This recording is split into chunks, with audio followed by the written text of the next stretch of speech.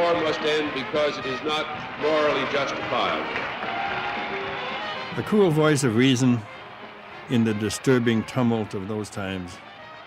He stood to lead a constituency of conscience. It turned into a crusade. And it fits into our whole campaign thrust, namely of protecting people's rights and beyond that of setting them free. We'll continue that.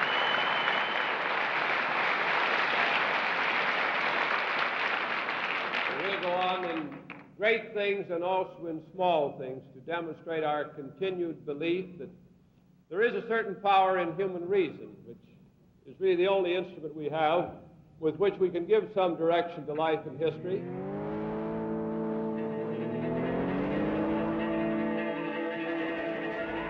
By the time the campaign reached the convention in Chicago, although he wasn't going to win the nomination, they had succeeded in making resistance to the war respectable, as well as right. Still, it was a war at home. I learned really how strong the establishment is. Not just the political establishment, but the business establishment. But it's still there, the press and the business community and the political institutions are all geared to the establishment. And when they're really tested, they're all militarists.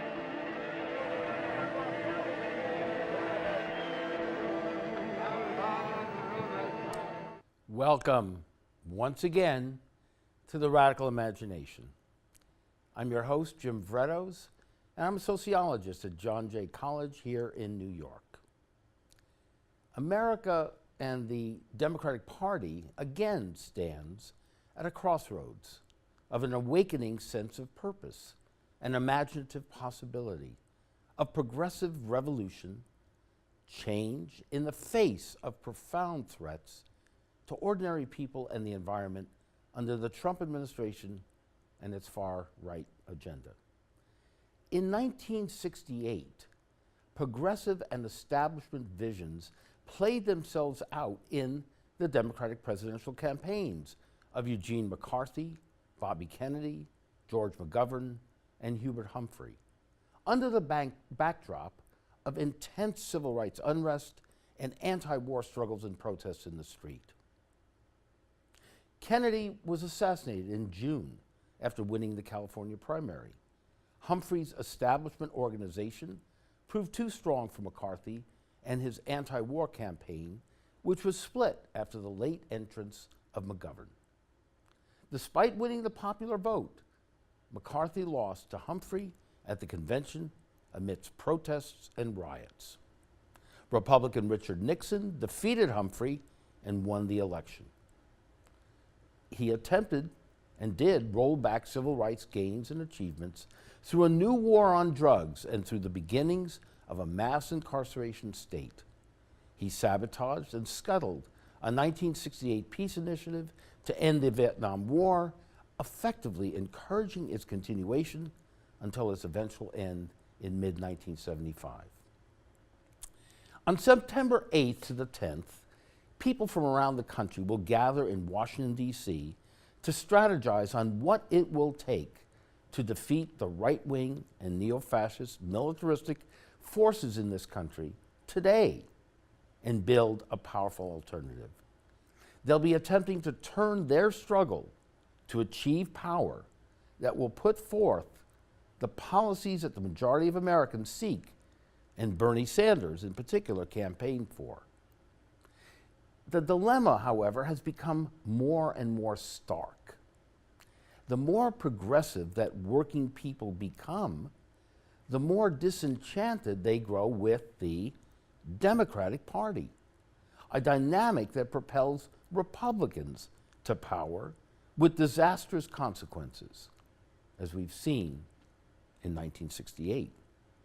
Americans are fed up with the policies of the billionaire class, and nearly 70% of the population believes that the two parties don't represent them. We do need a powerful alternative. And we're so pleased to welcome to the Radical Imagination two very powerful voices of progressive change who will be attending and co-sponsoring the People's Convergence Conference at American University in Washington, D.C., September 8th through the 10th. They are Araquel Bloss, Executive Director of the Progressive Independent Party, and Brian Jones, who's the Executive Director of the Justice Party. And before we talk with them, here's a short clip of Bernie Sanders speaking on the resistance movement in Trump's America. So, welcome, Araquel and Brian, to the Radical Imagination. Thank you so much for being here. And let's talk about this conference that's going to be held September 8th to the 10th. How did you all get involved in this? Brian, tell us about your own involvement, your own efforts at this conference. Well, thanks for having me, Jim. It's a pleasure to be with you. Thanks for being here. I became involved with the Justice Party as executive director, and as part of just kind of the outreach and involvement that we've had in the community, I became involved with the first Unity Summit, which Pip and Araquel organized in January around the time of the inauguration. So we participated in that, and ever since then, in the process of kind of organizing that and taking part in that, I've been working pretty closely with Araquel ever since then on a number of different things. Also, you had mentioned where we talked a little bit about Nick Brana and the Draft Bernie movement. The Justice Party has been involved with those groups, and really kind of the movement within the progressive third party movement towards coalition and towards kind of exploring ways that we can work with other groups to see if there's something we can get done together that really no progressive independent third party group has been able to do on their own. And as kind of a part of that process, I'll let Araquel speak to the specifics of this upcoming conference, but I think that's kind of an outgrowth of that process that's been going on for the better part of the last year to really get some coalition building going and some collaboration between these groups. And that's certainly the Justice Party's position. That's what I've been trying to do in working with Araquel and some of these other groups. And so we're really thrilled to have the opportunity to attend and to be part of it, and just to be working with these other really amazing groups that trying to build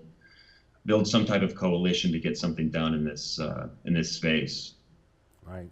And Araquel, tell us about your involvement with the Progressive Independent Party and now your efforts to bring your coalition as well into this larger conference of September 8th to the 10th. Yes, thank you for having me on, Jim. It's a pleasure. And well, I can tell you a little bit about the Progressive Independent Party. We launched that a year ago last March, when Bernie had one of his first losses on a Super Tuesday in the primary against Hillary Clinton. And I think I was shocked, and it was probably the first time that I feared he was not going to win the nomination. And it occurred to me, we had built this very beautiful online social media community and had been able to gather these large amounts for rallies and marches and volunteers, and it was monumental, and I feared that we would lose that if Bernie lost. So I launched a petition asking Bernie to start a new party, and within like 3 days I was on a radio show in Arizona on their evening of their primary, and it just an article went viral, and we just launched it because people were excited about the idea. And so we've been doing this a while. We've had some missteps, some losses. We've learned a lot, but we probably didn't think that we were going to be necessary. We thought Bernie would win the nomination, and then of course we had hoped maybe he would run as independent. And then, of course, we wondered if, after Trump was elected, if he was going to become independent and start a new party. And then we hoped that we would get the right DNC national chair to turn it around. And then we'd hoped we'd get the right California chair in the DNC to turn things around. And we're just not getting any wins. So oddly enough, as stars have lined up, PIP is still relevant to the movement, and we have one idea of a couple things that we think could unite us to bring change in our country and topple the duopoly. So that's a little bit about PIP. Our concept is a coalition-based party. It would be the first of its type, as far as I know, in U.S. history. It would bring the factions of the left together in a coalition, a very formal coalition, where everyone could keep their identities. If you can consider maybe an umbrella party and the minor parties or the contributing third parties or independent organizations, it would be like caucuses where we could run primaries, and it would really insert many parties into our two-party system. And I think we would have a shot at becoming large enough to potentially become the second largest national party, since the DNC and the GOP are so very similar in their obligations and commitments and love of corporate money. So that's where PIP is today, and that's what drives our actions and our summits and this coming conference in order to build those relationships and build this coalition. Right. And you're hoping that Bernie will sign in or sign up to run the party, in a sense? Is that what you're talking about? Is that one possible option? You may be calling it what, the People's Party, hopefully, and you're strongly believing that the majority of Americans will agree and with the progressive agenda that you're articulating. I mean, that's the hope, right? That's the wish. Well, Nick Brana came from the Bernie Sanders campaign. Right. He was the national outreach coordinator, and then he was a founding member of Our Revolution. And then he moved on to found the Draft Bernie for a People's Movement. So it is slightly separate strategies where we kind of gave up on Bernie coming along right after the primary, after the DNC. We actually were initially called the Progressive Independent Party Honorary Bernie Sanders Party. And about at the end of the primary, we decided we had to move on and stand on our own 2 feet without Bernie. So this is Nick Brana's hope, is to petition Bernie Sanders into a People's Party. Right. And Bernie did bring a natural coalition. He had Greens voting for him, independents, probably some disenfranchised Republicans, right. Unhappy Democrats, etc. And sorry about my dog. It's one of those unhappy Democrats there, yeah. Yeah, so his coalition is a little bit less formal than PIP's idea, but we do work together, and we support the Justice Party, Draft Bernie, and PIP, and for whatever might get us out of the very tight corporate vice that we find ourselves in. Right, and when you saw the clip of Eugene McCarthy, the same struggle seemed to be occurring also in the Democratic Party in 1968. Do you relate to that struggle? Do you feel it as intensely as some of the young people felt at that time? Well, it's kind of an odd time. I think that the differences with Citizens United had their 7th anniversary on January 20th of this year, and that has really accelerated this kind of inverted totalitarian government we are now under, which is this increasing tightening of corporate control over our politicians, our governmental bodies, and it moves on where the politicians that are funded by the corporations are now passing laws that benefit the corporations. And as this goes, we're going to see banking deregulations, we're seeing environmental deregulations. But I think one of the huge differences between 1968 and current is the corporate media is no longer journalism. So we're having this very dangerous distraction narrative put out into the public. So I'm not sure if everyone feels as strongly and as scared as maybe those of us like yourself, Jim, and Brian, who follow independent media. I think the majority of Americans are worried about Russia and Korea. And so part of our mission is to support independent media. We don't share any mass media, corporate media on any of our social media channels, because we can't do this unless people are aligned with the truth. So I think that might be a big difference I think journalism was still journalism at that time, and people were very afraid because they understood what was happening in the country. I don't think that people are seeing it today quite as vividly. Yeah, that's a great point. We're going to, in a few minutes, just play another clip about the events at the church in Charlottesville, and some comments of Cornel West making similar points that you've been making about corporate media not really describing the narrative that we need to hear about. Brian, do you agree with what Araquel has just pointed out here? Yeah, I do. I mean, I think those things are, if not self-evident, I think they're really kind of at the forefront, and they're definitely on the radar of certainly the progressive movement and certainly the independent third-party progressive movement. I think the question about 1968 is really, really interesting, actually, and kind of in a disturbing way. I mean, I think you look at 1968, there were race riots, and there were riots with the police, specifically, referring to the convention and right. The whole kind of morass of Vietnam, and all these, the racial issues, and just so many social issues.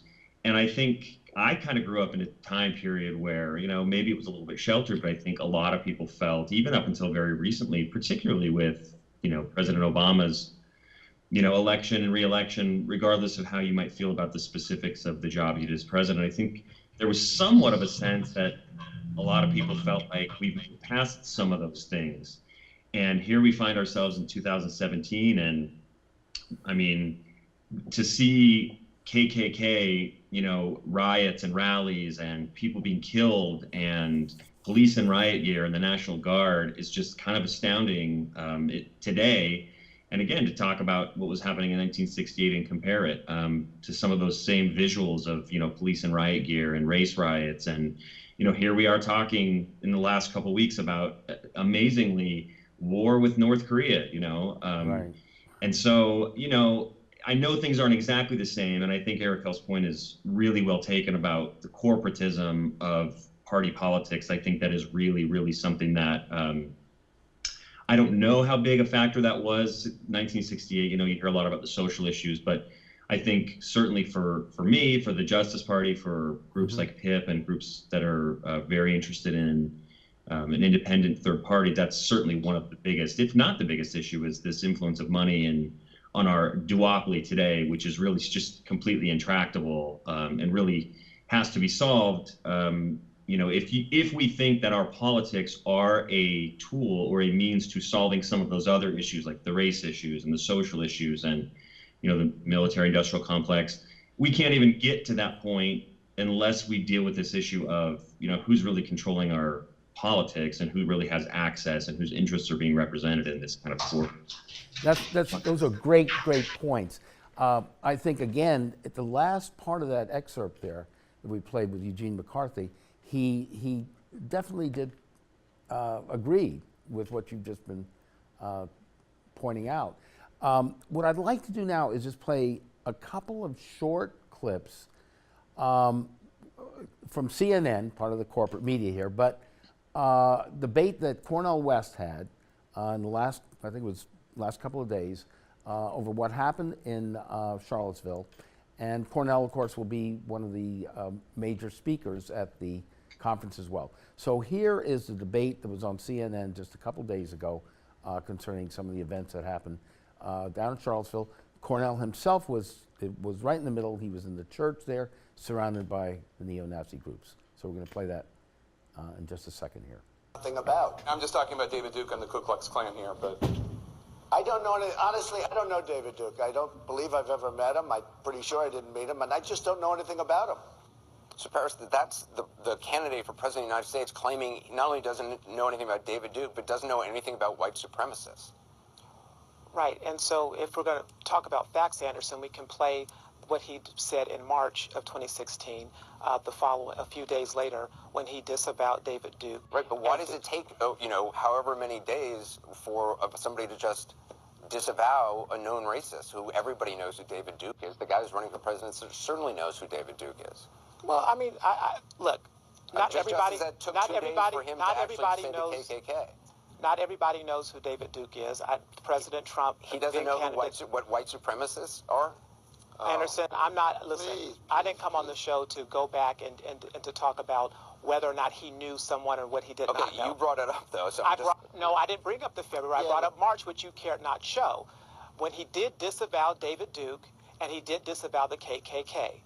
And then a couple days ago, he gave a strong, in my opinion, strong words saying that those hatred, bigotry, and violence have no place in American society.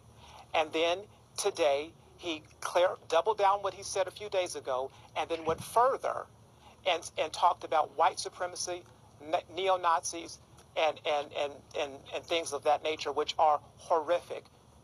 That's what the president did. Okay, but so, Dr. West, I mean, the president, who has criticized many people by name, but Dr. West, the president, go ahead. Let's be honest, though. I mean, Brother Parrish, you got checkmated by Brother Anderson. You know the president was lying. He knows about David Duke. He knows about white supremacy. He's been in America for a good while. You got to defend him in order to keep your job. We understand that. But let's try to focus on truth for a second. No, Brother West. Let's try to focus on what is the case for a second here, my brother.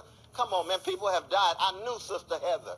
She was with us. If it were not for her and the anarchists, the neo-fascists would have crushed us like cockroaches on Saturday. This is life and death, man. This ain't no game we playing. This ain't no puzzle for people to keep their jobs. There's human beings out here who are suffering, and we got a neo-fascist movement escalating, and if we can't focus on the truth, then we just give up on the American project and be honest and say, we just want to keep our jobs. Well, I'm not into that, though, brother. I wasn't raised like that, man. I believe in the truth. I believe in justice, whether it goes against me or for me. You're going to be honest or you're not going to be honest. The president's going to be honest or he's not going to be honest. Anderson trying to keep you accountable. We got to keep each other accountable. That's where I'm coming from, brother. Dr. West, my brother, please don't insinuate that I wasn't raised correctly, and please don't insinuate when you don't have the facts about who employs me. All right, we're going to play that a little. We'll play another excerpt from that in just a couple minutes. But I'd like your reaction to that give and take there, in terms of how that might also be playing out in the upcoming conference in Washington. I mean, this is something you're going to have to deal with, right? This is again, some of the scenes that we're seeing today are very reminiscent of what was going on in '68 too. The polarization, the radicalization of the population. One of the persons he needs to call out. Bannon needs to be called out. Bannon's been a fundamental figure of facilitating a lot of this xenophobia and scapegoating the most vulnerable of our fellow human beings in this empire, in this country, and he's got Bannon right next to him in the White House.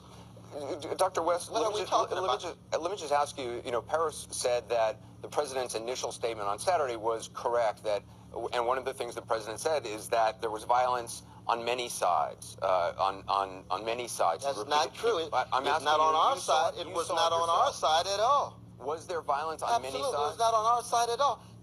Not at all. Not at all. That's PR strategy. That's sounding brass and tinkling cymbal. We standing there singing "This Little Light of Mine" and about to get crushed. The light, our bodies, and our prophetic witness. It shriveled up. There was no space for love and justice given that vicious hatred. And we had the left, we had the anarchists, we had the anti-fascists. They were trying to both protect us, but they were also letting the neo-fascists know that there was opposition in this nation. Now, what's sad, though, Anderson, I'm going to tell you this, that we didn't see you all in those churches at St. Paul's. We didn't see you in First Baptist Historically Black Church there in Charlottesville, 153 years old, because of those church moments where Reverend Tracy Blackman gave a powerful sermon and Professor Jelaine Smith spoke, and I said a few words. And then when I spoke at the Sunrise, it was about a love and justice, not a kumbaya, but a focus on any people who are vulnerable, no matter what color, no matter what nation, no matter what sexual orientation, disabled or ever.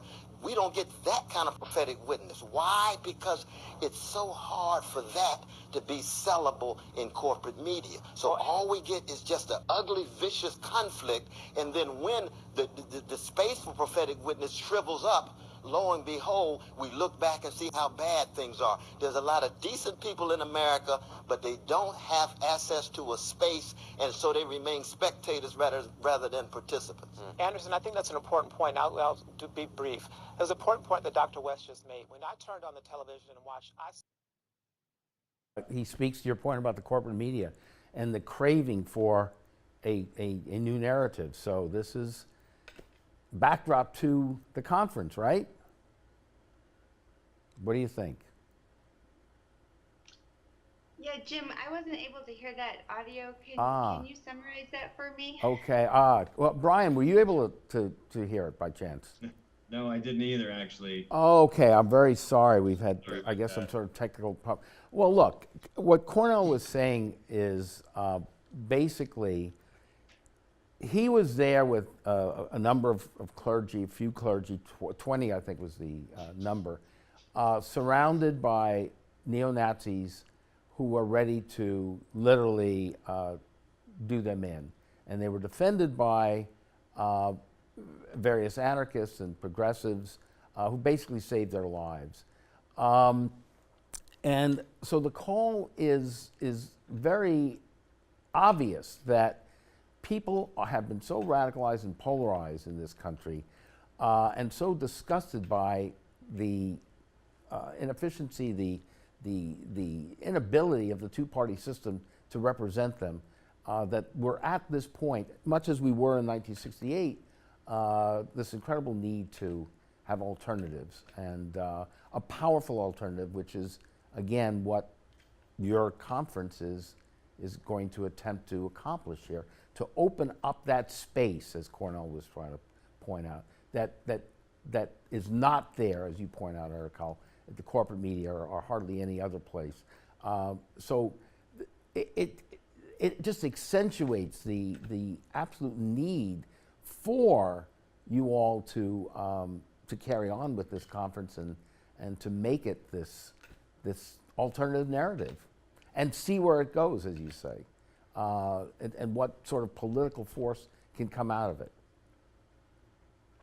So is that a fair representation, do you think, of what you're all going to try to accomplish in the 3 days at the conference, or attempt to? Yeah, absolutely. You know, initially our focus was going to be on independent politics and the debate for those in the larger progressive movement who are still entering and trying to reform the Democratic Party. We were going to have this kind of overarching theme, talking about what a new party would look like, our options, and this sort of thing. Can the Democratic Party be reformed? But certainly after Charlottesville, we are shifting, quickly, because yes, we do absolutely need to, discuss openly fascism, white supremacy, how we conquer those, how we face those, and I know a lot of the public are confused about which side is which, and who's the good guy, who's the bad guy. The ACLU got involved with, is it who's right, who has the right to that kind of hate speech and rhetoric. Of course, us, PIP, we hold that is domestic terrorism and shouldn't be allowed in our communities and down our streets with lit torches reminiscent of the KKK that lynched our communities of color. So, yeah, we will absolutely be addressing this, but this has been happening to the progressive movement continually. I was a co-founder of Occupy Inauguration and the lead organizer of Occupy Inauguration. And when we first started planning that, it was in August, right after Philly in the primary in the DNC. And we had everything lined up for Hillary Clinton to win. And when she didn't win November 8th, we had to change our messaging and change our approach to now fight fascism and fight what might come, which nobody really understood what might come. So this is a continual process of the progressive movement to attempt to put out good information, actions, and it's been quite overwhelming between what the strike in Syria, the rhetoric with North Korea, the Russian narrative. It gets very confusing, particularly for the left, to understand where best to put our energy. And but right now we understand that if we allow fascism to grow, strengthen our country, we won't be talking about a third party. So that has to be first and foremost. That's a great point. I think you really articulated the struggle very well there. I mean, you've got to come up with some powerful alternatives in the midst of this enormous confusion. Brian, you wanted to add a... Yeah, one of the things that I think is really alarming to me is, I think back to, when I was a little younger and maybe when I was growing up, and it seemed like politics, at least my kind of, underdeveloped sense of politics at the time really was about kind of a debate of ideas and ideals, maybe not always completely civil. But I think something we're seeing today, and this really goes far beyond left and right, is there's such a level of disgust and disengagement and disillusionment among the populace. I mean, I think I read yesterday that the Alabama special election primary for the Senate seat, for Jeff Sessions' Senate seat, was supposed to draw 15% of registered voters, which was much less than they expected. I mean, that's a pretty staggering number and indication of disengagement. And I think the things that we've been talking about really go to that. Money in politics and corporate special interests and corporate media. And, Donald Trump says things like, he starts calling media outlets and reporters fake news. And I think for most of us, that's distasteful and somewhat alarming, because the media plays an important role. But I think there's a reason why the public, or at least large segments of the public, embrace and accept that. And it's because they're so disgusted and fed up with what they've seen for years and years and years now, that I think so many people are at the point where they just, they're not voting, they're not engaging. They just see politics as this kind of really disgusting, for lack of a better word, swamp. And they're just not engaging, they're not being involved. And I think that's one of the reasons and one of the elements that gave rise to Trump in the first place is, I live in a pretty conservative area, and I've talked to a lot of people who supported Trump, and kind of a really common theme that I've heard as to why they supported Trump was just kind of like, well, who cares? He doesn't take shit. He tells it like it is. He'll say things the way he feels. And it's almost like they feel like someone that will go in and just start chucking bombs and start kind of tearing things down, they see a lot of satisfaction in that because they feel so frustrated and so impotent at the way things have been going politically for so long. And I think that's really alarming. I think you look at what's happening this past weekend with the rise of white nationalism, there's just so much frustration, and that is certainly not a defense of white nationalism in any way, shape, or form. But if we're trying to look at what's led us to the place where we kind of inexplicably are right now, politically and socially in our country, I think it goes to those things that we've been talking about, a government and particularly two political parties that are at this point almost completely unresponsive to the needs of the populace and to the American voters. And there's frustration in every segment of the populace. And it's alarming because when people get to that point, it feels like they just throw their hands up and they're willing to say, well, anything really goes at this point, because why should I care? Why should I be involved? Why should I go through the process when those things clearly don't work and my government, and the systems of government aren't responsive? So I think that's, again, kind of to dovetail with Araquel's point, in addition to just political ideals, I think the idea of a third party is as much to do with, let's try to re-engage people. Let's try to show people there's something else out there other than just this kind of corrupt, old, same business as usual duopoly, which people really feel like they know what they're going to get from that. Let's show them that we can do something else. We can combine to create a new party, a new movement, or new parties. Again, as we've been talking about with this conference and with Araquel, with Pip, what she's been working on for so long, to collaborate, and to build a type of coalition that can really be responsive to people, ideally from all across the political spectrum, right. And that we don't just have to take what we've been, kind of been getting from this kind of monolithic political duopoly for so long, which is nothing good. There's nothing good coming out of that. So I think that's a big part of this, is re-engaging people and showing them that we can do something else, as difficult as that is. Those are powerful points. Just for our audience, you want to tell, you're Skyping in from Utah, right? You were telling me before the most conservative congressional district in the country? Well, yeah, I mean, pretty it's close? certainly right up there. I live Right. in Utah County, which is a very, very, very conservative, Right. conservative area district. And yet you think some of the things you're talking about on this show could resonate with people who have become so, as you point out, apathetic and cynical and confused. And again, I know you didn't hear Cornell's message there, but he puts it in this way, that the prophetic spiritual tradition is absolutely necessary to bear witness to the suffering of the other and to, again, offer a positive moral transformation, possibility of that. And I guess I want to ask, is that something that the conference might be addressing as well? I'll let Araquel answer the question about the conference, but to answer your first question, I do think so. I mean, one of the things that we talk about a lot within the Justice Party is, certainly we are championing and pushing and advocating for, unabashedly. Did I lose you? Yeah, we're hearing you. Okay. Keep going. Yeah.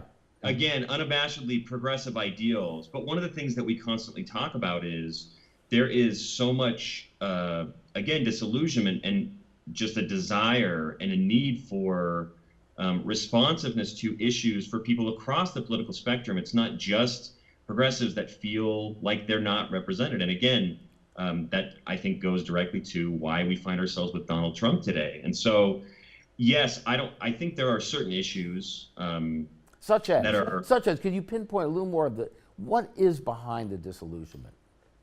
Well, I think of what? Economically, for example. I mean, I think there's no question, and again, this doesn't go to any particular behavior or response, and I'm not really even speaking to the justification of voting for Donald Trump, because I don't think any of us should be surprised at what we got. But economically, the lower middle class and the working class and the poor in this country, regardless of race, regardless of geography, rural white Americans, for example, are very frustrated. They're hurting. The income inequality and wealth inequality is out of control, and it's not getting better. And so frustration with our economic system, frustration with healthcare. It's not just progressives. I mean, I've seen many polls, I've seen many articles recently that single-payer healthcare in some form has broad support. This isn't just among progressives. This isn't just on the left. Right. There are plenty of poor and working-class people who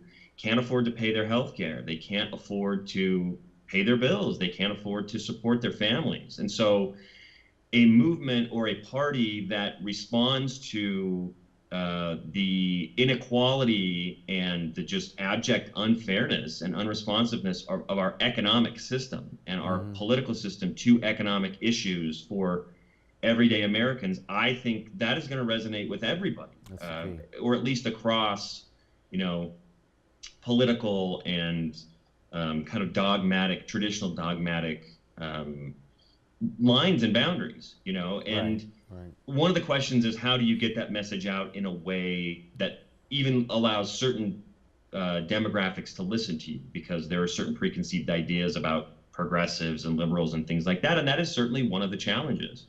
But I do think there are issues that really will cross some of those lines. Economics obviously are an obvious one, healthcare, but I think there are things there that really will speak to people. Right. Araquel, do you agree?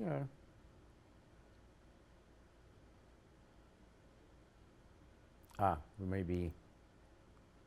may have. Sorry. Okay. I think even as we've progressed in the last 2 years since Bernie hit the scene and told us things that we didn't know we wanted to hear. I mean, have you ever seen, lines 2 miles long to hear a 77-year-old man talk about policy? Right. I mean, it's quite amazing. And so we need to keep that alive. We need to keep reminding folks that we are a monetarily sovereign nation. Our money is no longer backed by gold. We can afford these programs, these social programs. We need to just continue to fight the narrative that this Republicans have this war on the poor, and people thinking that it's someone else's problem, and it's not these elites, the 1% that are continually funneling and changing laws to benefit the rich and the powerful. So we just have to keep up Bernie's message that these programs like single-payer health care and student debt forgiveness and all these things are possible. And I think most of Americans and many Republicans, when they understand that we've kind of been tricked to think we're super broke and we need to cut Social Security and things that it's a lie, I think we will continue to grow our movement. But I think the number one thing we have that the Democrats and the Republicans don't have is a message that's on point with the people. And we have a message of hope, which I don't think either of the two parties today. They don't have a message of hope. They don't have solutions. They've become an almost ungovernable body. They're not passing laws. They can't figure out the health insurance. It's because they're trying to look like they're pleasing the people while they're beholden to the corporate money. Right. And it just isn't going to work. You can't do both. And it's really become a completely ineffective, ungovernable body with no true checks and balances. So I think if we just keep talking Bernie's message and even more so, because many of us don't agree with Bernie on some of his foreign policies and things like that, I think we'll just continue to grow, and people want answers. And I think the left is really the only ones providing answers for something new, a better tomorrow, and a vision of things that, like, it can be different. We can do better. We can be better. We can feel better. We can have health care. We can help our neighbors. We can have strong communities. We can have equality and justice. We can do this. And hope, I believe, will inspire many people to join us. Right.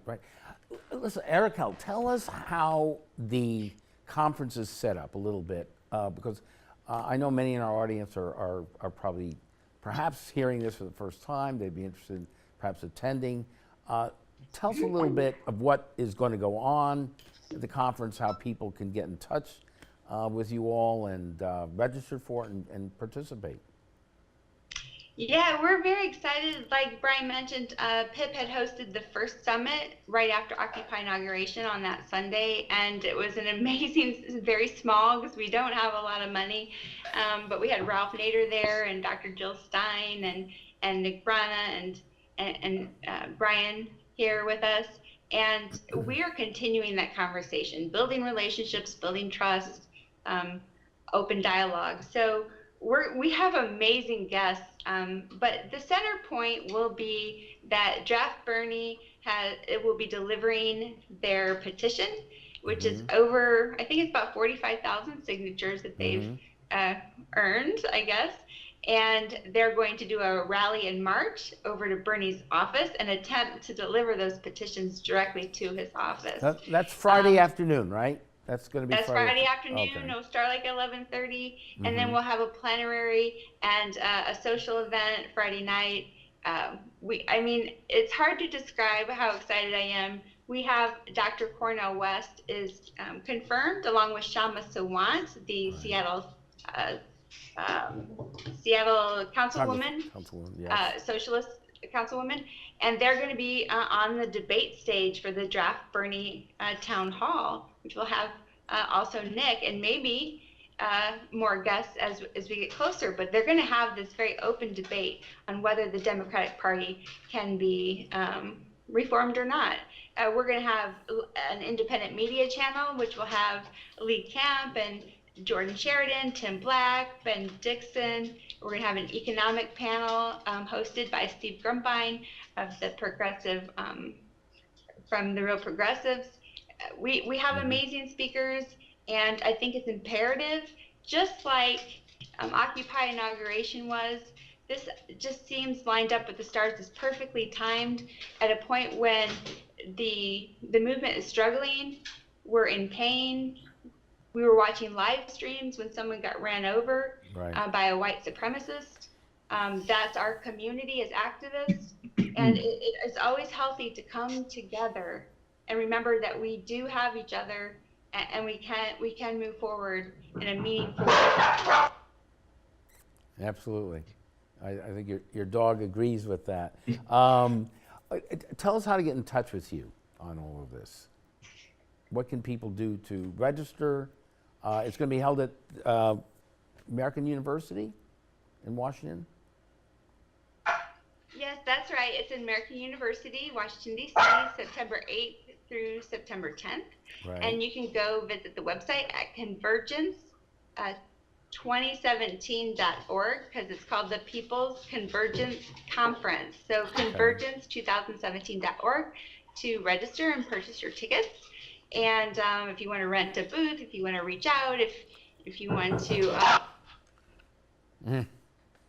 It's fine. Put at the door, but also find us on Facebook and Twitter. Like I said, we are co-hosting PIP with Socialist Alternative, along with Draft Bernie, and co-hosted by Justice Party. Why don't you go answer the door, and Brian will take over for a few minutes here. And Brian, you're going to be at the conference as well, right? Yeah, absolutely. Yeah. Okay. As Araquel was just saying, I know that there's going to be probably a number of sponsoring organizations. The Justice Party is definitely one of those. We're very supportive of the conference. I think I mentioned to you off the air that Rocky Anderson, who is one of the founders of the Justice Party in 2011, he was the mayor of Salt Lake City for 2 terms. He's a very well-known activist and civil rights lawyer. He's going to be speaking at the conference and participating. I'll be there. So we hope to have a really healthy contingent there to participate and support, not only what we're doing, but again, what PIP's doing, what Draft Bernie's doing, and what some of the other groups are. I feel like we're all kind of rowing in the right direction, and we will definitely be there lending our support. Absolutely. Right. Well, again, and I'm going to be there too for the weekend, and I look forward very, very much to the debate, to the strategizing. And as someone who was around 1968 and had a chance to personally meet Eugene McCarthy and have a chat with him about what was going on, let me just point out that there is some absolute definite parallels. And as I told Nick the other day, what you're doing is so absolutely important. Some of the progressives and radicals of that day, Tom Hayden, for example, there's no question in my mind he would be in the forefront of advocating the necessity to have this debate. And it's so wonderful you're going to have people like Cornel West. We're contacting other people as well. We're trying to get some other people, particularly from the Poor People's Campaign, and Reverend Barber to participate in this as well. His schedule is so jammed up, but it is really a marvelous attempt, and this is such a crucial time in American history. It doesn't get any more dangerous than what we've just seen the last few minutes of the few days in Charlottesville. So, closing comments by both of you concerning your own passion about why this country needs to turn to the progressive agenda. Why is it so important? Well, I guess I can start. I think it's progressives, maybe we are biased, but of course we believe we represent the best of what the government can do as a servant of the people. And we will keep and continue. And, I want to mention that in a little bit of a closing, that the progressive movement in and of itself is growing and evolving and learning. We've had race issues within PIP. The Green Party has recently had issues. These are topics that the progressive movement are not immune from. And I just want to point that out, that we're not a perfect movement. We still have white privilege. We have things that we have to grow and learn, and to give up our spot and our space to give people of color and marginalized folks in our indigenous communities voice and leadership in our movement. We also, it's a growing experience for progressives that are trying to respond to the needs of our followers and those that we represent. So I hope people will continue to be engaged and get involved, because there's room for your experience to inspire us and teach us, and we're still in the process of learning and growing and developing new systems to replace an archaic system. We don't want to replace the archaic system with the same system that can be corruptible. So we welcome insight and expertise and people to join in this conversation and meet us in Washington, D.C. Those are great points, really, really important points, Araquel.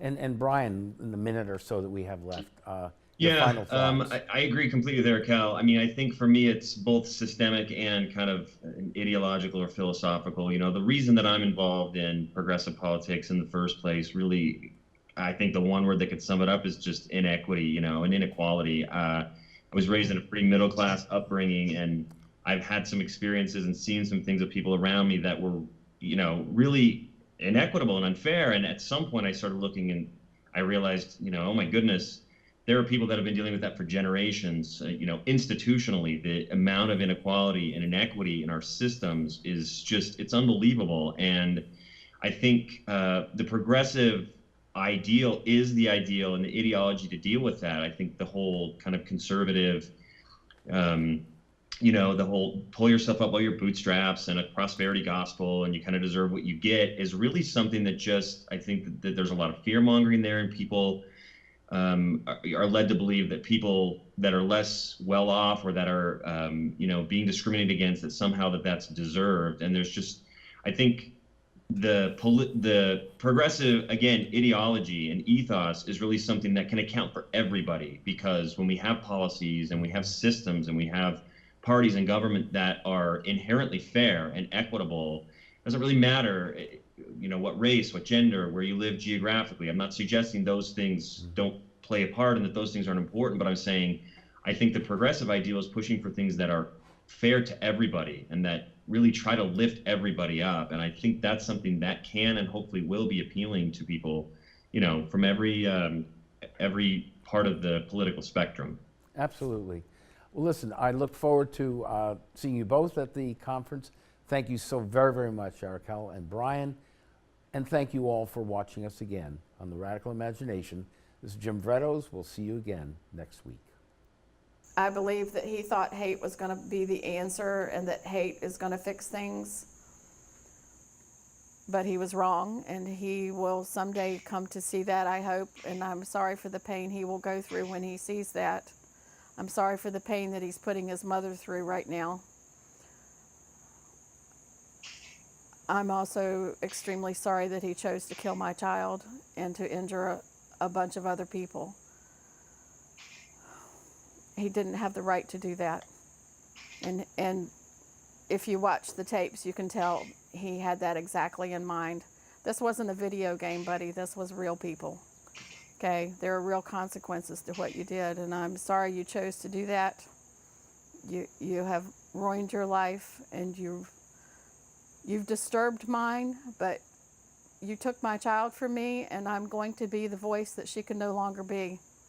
And so you gave us a national forum, and maybe I should thank you for that, but I can't. I would rather have my child.